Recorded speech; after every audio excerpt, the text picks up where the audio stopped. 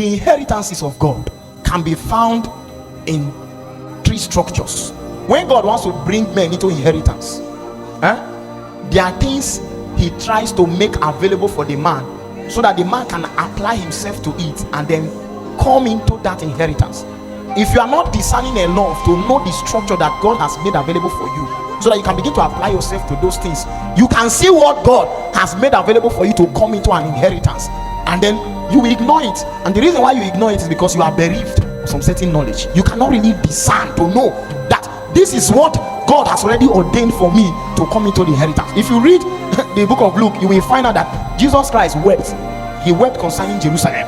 The reason why he wept was that these men saw the things, are you with me, that God actually made available for them so that they can come into the level of peace that they have. But you know what they did?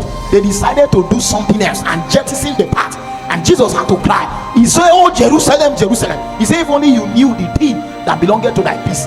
He said, "But see, you lack what it takes to be able to interface with it, and that's why your days of Rehoboth is still far away from you." He said, "But however, you will not see me again until you shout what?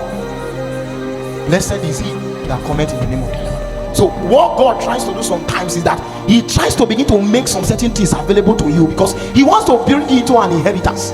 The way God does things is that he leaves inheritance for who? For sons.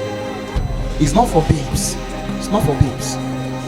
So sometimes you are asking God, "Lord, why is this thing not available for me? Why am I not able to handle this thing? Why am I not receiving certain level of opening and all?" You know why?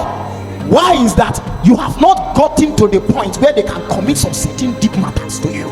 The reason why is because you have not retained the posture it takes so that the things that has been communicated to you will be properly received, steward, and then dispensed. Because what we see these days now are just babes moving around. And so when God decides to zoom into the earth, he zooms into the ecclesia, zooms into the church, he doesn't see enough competent persons versus wielded the things that he has already ordained well enough that will make them retain the capacity for them to begin to receive things, deposit in the spirit. So what God will see is that he looks at a generation. He looks and then he is hoping that one or two persons will finally rise up from the generation and then he will commit some certain things to them.